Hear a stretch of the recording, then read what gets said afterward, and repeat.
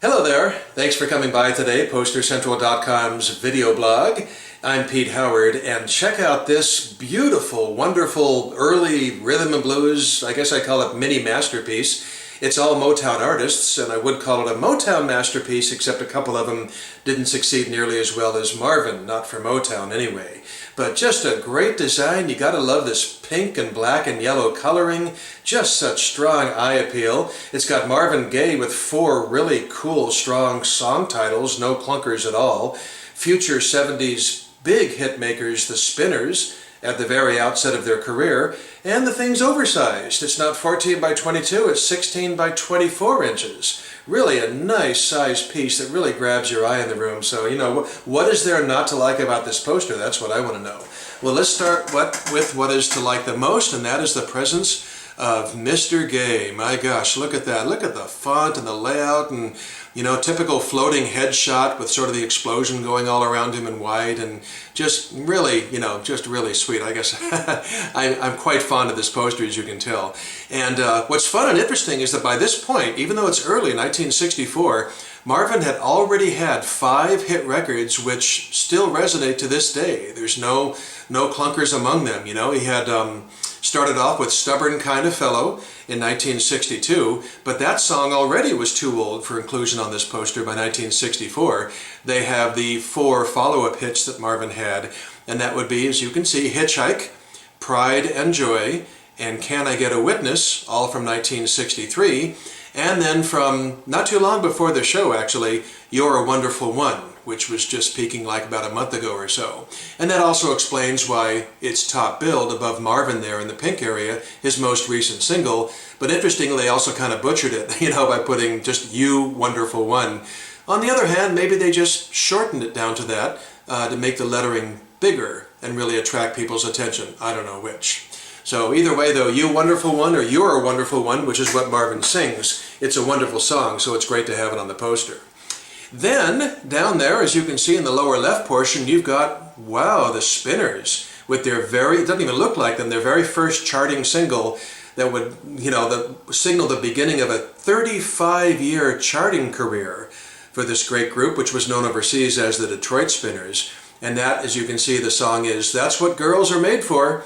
And it was a top 5 R&B hit in 1961.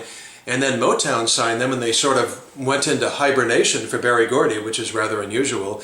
And they didn't really come out of that hibernation until the 1970s, where they exploded on Atlantic Records with hits like I'll Be Around, One of a Kind Love Affair, and The Rubber Band Man. So I guess this is a rare instance of Motown actually failing to develop and flat out losing a major future R&B star. Singular, but star meaning, of course, the Spinners. And then you've got over on the other side there, despite being the new, being called, as you can see, the new Queen of the Blues, Hattie Littles never gained traction for Motown or any other label. So it's all Motown artists, but one would go on to greatness with another label, and one would not go on at all necessarily, and of course Marvin just being a super legend. So great, fun piece. I mentioned Tillman before. Yep, this is made by the Tillman Press, or poster printing company, in Oakland, California. And it's a classic standard tour blank, which means it was used for several stops along the tour with the venue information up here, the thing that changes from poster to poster. And in fact, right now, I'm going to break away and show you a couple of more examples of this poster. And so here are 3 photographic representations of 2 posters and a handbill from the same tour, all 3 of them predating the May 24th poster. That is the subject of this video blog.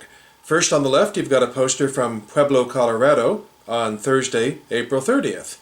Then in the middle, you've got a handbill, or flyer, from Albuquerque, New Mexico on Saturday, May 2nd.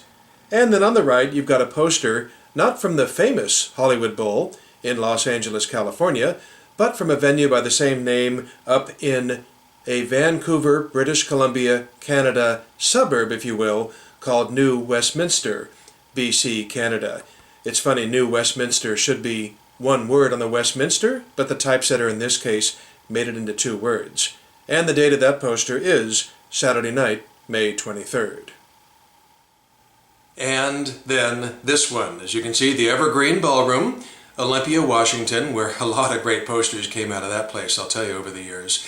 And Sunday night, May 24th, as I've said, 1964, and dancing from 9 p.m. to 1 a.m. Very succinct and to the point venue information for this one. So wow, Marvin Gaye, boy, can I get a witness to a great poster, I'll tell you. It's just a beautiful piece. Might be my favorite Marvin poster.